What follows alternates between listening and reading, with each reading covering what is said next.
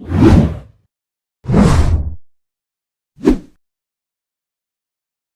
Lur, apa kabar semuanya? Assalamualaikum warahmatullahi wabarakatuh. Mudah-mudahan teman-teman dalam keadaan sehat walafiat. Pada video kali ini kita akan sharing cerita tentang yang lagi rame, yang gak hanya tahun ini sih, tapi dari beberapa waktu yang lalu. Apa itu? Investasi. Nah, di sini gue nggak mau ngajarin, karena gue juga bukan ahlinya. Gue cuma mau berkomentar atau berpendapat, atau bahasa aslinya opini. Nah, opini ini nggak selalu harus sama, nggak selalu juga harus bertentangan. Pendapat ini juga bisa macam-macam ya, tergantung cara pandang, situasi, dan kondisi teman-teman saat mengalaminya gitu ya teman-teman. Sambil santai nih, mungkin teman-teman saat ini lagi butuh sharing tentang investasi, bisa tulis komentar di bawah. Jadi gini, sekarang kalau dari kata investasi, gue juga sih belum buka Kamus Besar Bahasa Indonesia ya, KBBI belum buka. Tapi kalau dari pendapat gue nih, investasi itu sesuatu yang akan berkembang atau bermanfaat jadi makin besar di masa yang akan datang. Bener nggak? Pendapat nggak? Kalau nggak juga nggak masalah sih. Gitu teman-teman. Nah, kalau teman-teman punya pendapat yang berbeda, boleh tulis di kolom komentar. Apa sih menurut teman-teman investasi itu gitu. Nah, dari pendapat gue yang barusan, bahwa investasi itu adalah sesuatu yang diharapkan bisa berkembang atau menjadi menguntungkan di masa yang akan datang, di situ penjabarannya banyak banget. Jadi macam-macam jenis investasi gitu kali ya. Nah, yang banyak di Indonesia aja lah, gue nggak mau ngomong dunia ya, atau di sekeliling kita gitu, macam-macam jenis investasi. Gue juga sih nggak bisa memastikan ya, karena gue juga bukan ahlinya, seperti yang gue bilang tadi. Ini hanya kita sharing aja cerita tentang fenomena investasi ya. Gue juga sering diingetin sama lingkungan-lingkungan terdekat yang dalam tanda kutip menghormati, menyayangi saya, dan gue juga gitu sebaliknya menyayangi mereka. Hati-hati Riz, kalau bisa, kalau mau investasi hati-hati, jangan sampai kejebak pada investasi bodong gitu teman-teman. Investasi bodong tuh apa? Investasi yang dalam tanda kutip bikin kita rugi. Nah, emang ada ya, banyak mungkin kisahnya teman-teman investasi bodong. Nah, kalau yang saya mau sharing di sini adalah investasi itu kan pengennya kita nanti dalam jangka panjang bisa berkembang jadi lebih besar gitu ya. Dan jenis-jenisnya yang saya tahu nih,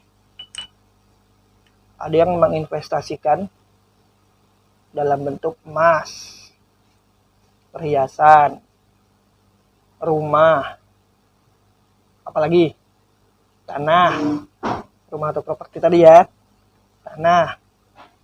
Terus ada lagi katanya hotel, villa. Sekarang lagi ngetren kripto, saham. Terus apalagi ayo, betul-betul investasi teman-teman. Kalau kurang boleh tambahin di komentar. Ada juga yang main kendaraan antik. Yang hobi otomotif mungkin bisa disebut investasi ya. Contohnya motor-motor 2 tak tuh sekarang harganya melambung tinggi.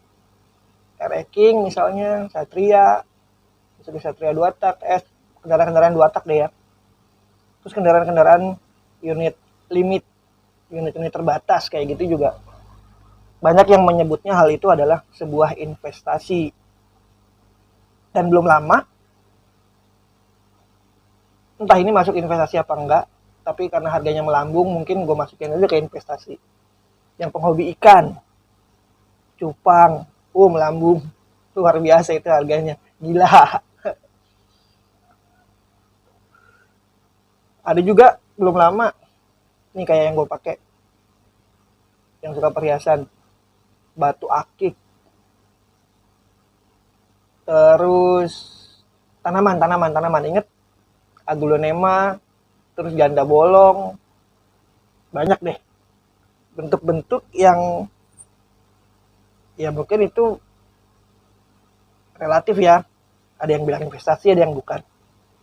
Yang umum aja, yang gampang, uang, saham, tanah, kripto, itu aja yang gampang ya. Nah, kembali ke investasi teman-teman, ini ada hal yang unik. Uniknya adalah biasanya teman-teman itu tergiur gitu dengan apa yang diceritakan oleh dalam tanda kutip mentor atau pemberi informasi tentang investasi apa sih yang cocok gitu ya. Padahal ya namanya kasarnya dalam tanda kutip penjual ya, penjual salah satu produk, misal produk-produk investasi yang saya sebutkan tadi, properti dan segala macamnya, itu nggak salah. Saya tidak di sini nggak menyudutkan salah satu pihak. Gua nggak nyudutin sales dari produk properti tersebut. Karena kenapa? Ya itu sah-sah aja ya. Boleh-boleh aja melakukan penetrasi atau rayuan-rayuan maut gitu ya, agar kita bisa membeli produk-produk investasinya gitu. Nah, yang mau gue angkat di sini adalah pendapat gue tentang banyak orang yang kecewa dengan investasi itu gitu. Mereka sebutnya investasi bodong. Jadi mereka tidak mendapatkan apa yang udah dijanjikan gitu ya. Di sini gue mau berpendapat atau mau mengkomentari bahwa tadi gue udah bilang kalau ada orang yang nawari investasi, sebaiknya kita jangan asal percaya gitu aja. Siapapun dia. Pertama, kenapa ya yang dikhawatirkan hal itu tidak semanis yang diceritakan gitu teman-teman. Selanjutnya, setelah kita tidak gampang percaya dengan rayuan dia atau janji-janji mereka gitu ya. Yang kedua teman-teman, yang namanya tindakan pasti ada dampak. Plus, untung atau minus, rugi. Nah teman-teman yang mau berinvestasi kan umumnya itu tergiur karena di bayangannya untung. Ya kan?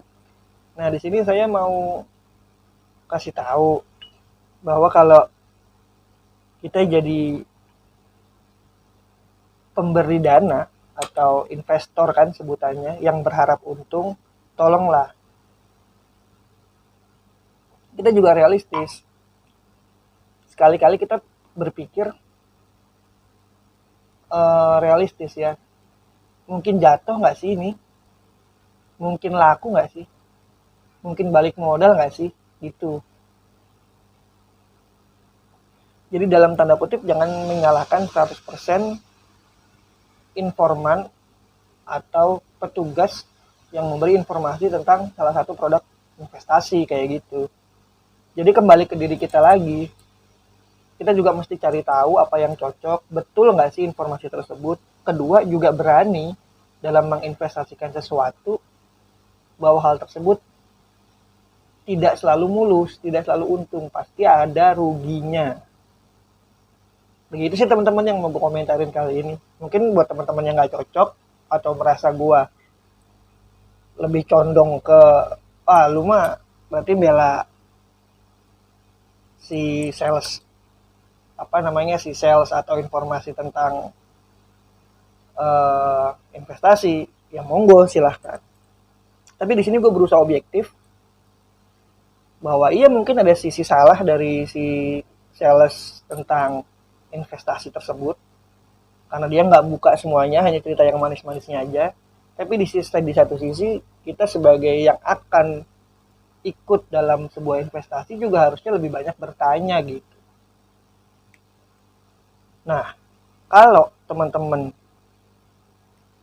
mengalami kerugian dalam suatu investasi, ya buat gue sih sebaiknya ya teman-teman boleh menggunakan berbagai macam jalur ya, mungkin nuntut atau apa kan tidak sesuai dan segala macam.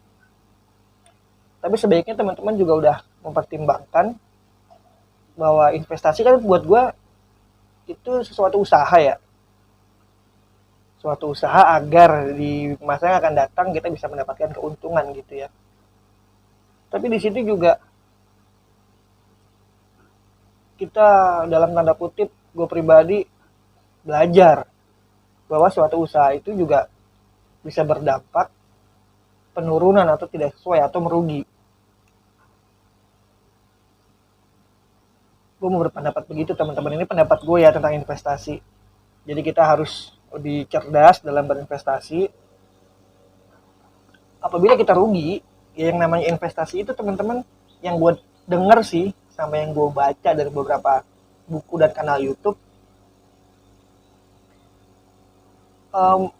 investor sejati itu dia taruh bener-bener uangnya di tempat-tempat yang dia yakini itu betul, dan pada saat harga turun sekali mereka juga nggak cepat-cepat langsung jual, bertahan gitu karena mereka katanya sih menggunakan analisa fundamental ya. Gue nggak tahu gimana tentang analisa investasi itu. Kalau gue sih gampangnya gini, teman-teman di sekeliling gue nih tentang investasi ini yang gue mau sharing, mereka kadang-kadang itu istilahnya buat gue gambling lah, berjudi. Wah gue pasti menang nih, gue pasti menang. Tapi lupa bahwa ada syarat dalam suatu permainan. Kadang permainan itu nggak selalu menang. Bisa jadi kalah, bisa jadi menang, impas masih mending, bisa jadi menang terus, bisa jadi kalah terus. Itu aja mungkin komentar gue tentang investasi. Jadi buat teman-teman yang punya niat buat menginvestasikan apapun, uang boleh, kendaraan boleh, yang pasti teman-teman harus pandai-pandai. Dan kalau memang hal itu jatuh, teman-teman anggaplah itu sebuah pembelajaran yang memang mahal, tapi supaya ke depan tidak terjadi hal-hal yang tidak diinginkan. Gitu aja sih teman-teman, karena kebanyakan teman-teman mungkin pengen investasi, jadi gue punya komentar begitu. Silahkan teman-teman yang cocok, yang nggak cocok boleh di-share ini. Mudah-mudahan ini bermanfaat, dan gue mohon maaf kalau mungkin video ini menyinggung perasaan teman-teman. Gak ada maksud sama sekali, tapi ini juga sebuah sharing atau cerita. Teman-teman bisa menceritakan apa yang teman-teman keluh kesahkan gitu ya. Mudah-mudahan ini bermanfaat. Assalamualaikum warahmatullahi wabarakatuh.